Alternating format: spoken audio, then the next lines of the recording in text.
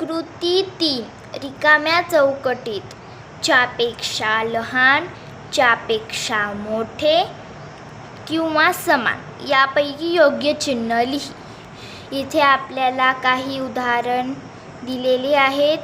तिथे विस्तारित मांडणी, दोन्ही बाजूस विस्तारित मांडणी दिलेली आहे. ती विस्तारित मांडणी आपल्याला सोडवून त्यामधून कोणती संख्या तयार होते ते शोधून आपल्याला त्यामधील कोणती संख्या मोठी आहे ते ओळखायचे आहे आणि त्यानंतर त्याच्या आधारे योग्य चिन्ह ह्या चौकटीत लिहायचे आहे.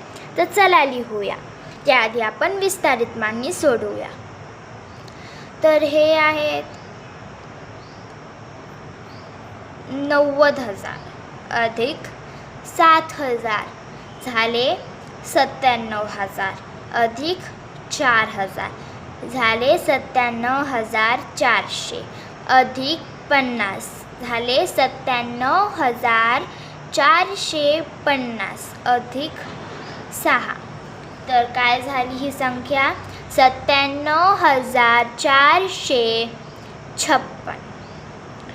तर इथे आपण ही संख्या लिहूया जेणेकरून आपल्याला लक्षात राहील. 97,456 अशा प्रकारची ही संख्या इथे आपली विस्तारित मांडणीवरून मिळालेली आहे. तर यानंतरची दुसऱ्या बाजूस कोणती संख्या तयार होते चला पाहूया.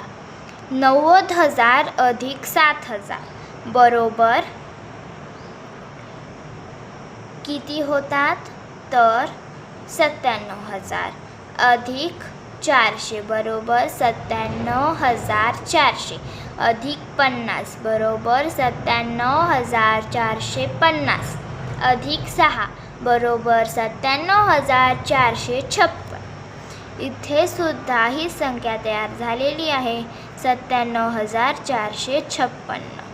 म्हणून इथे जे चिन्ह आपल्याला लिहायचे आहे ते म्हणजे समानचे आहे, कारण की ह्या दोन्हीच्या संख्या आहेत त्या समान आहेत किंवा सारख्या आहेत. तर यानंतरची उदाहरण आपण पाहूया.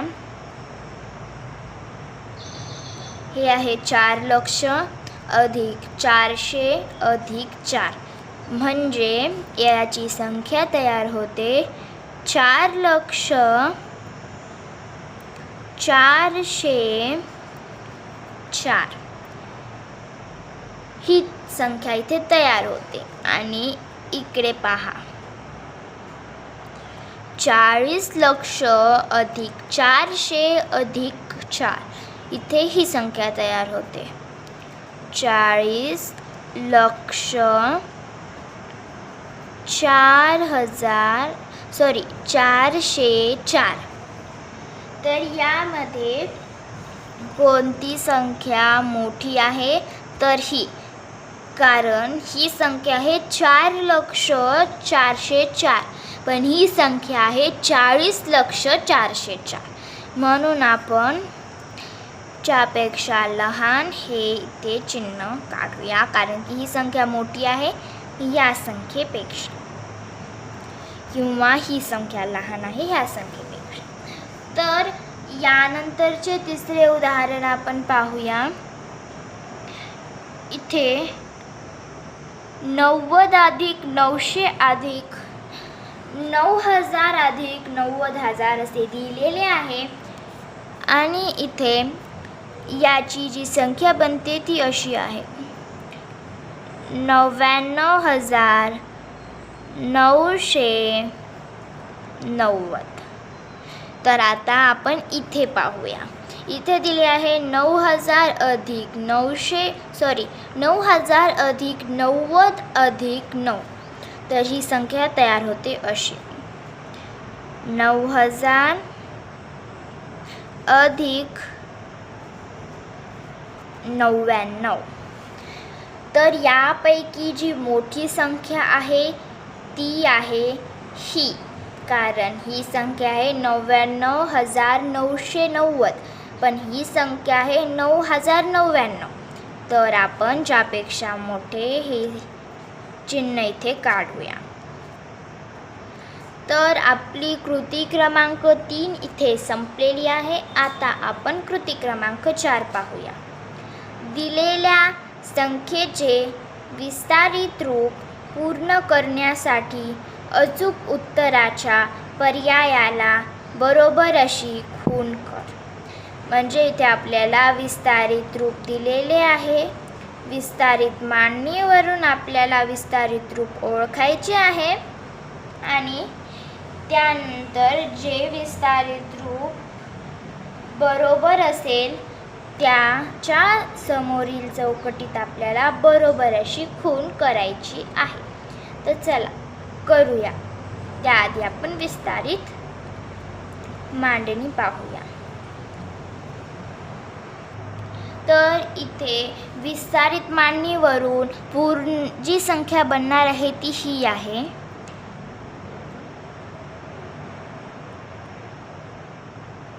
6,78,09,252. तर इथे पहा, हे आहे 6 कोटी अधिक 70 लाख अधिक 8 लाख अधिक. आता आपण अधिक काय केले पाहिजे म्हणजे याचे उत्तर एवढे होईल. तर पहा, हे झाले 6 कोटी, हे झाले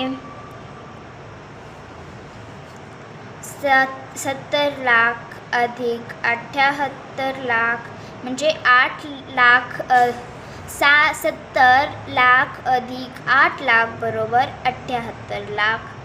यानंतर आता शून्य यायला पाहिजे, कारण यानंतर हा जर डब्बा सोडून दिला तर याच्यानंतर 9,000 अधिक 200 अधिक 50 अधिक 2 इथे दिलेले आहे. तर ह्याचे पूर्ण पाहिले तर असे होते 9,252, जे की ही संख्या आहे.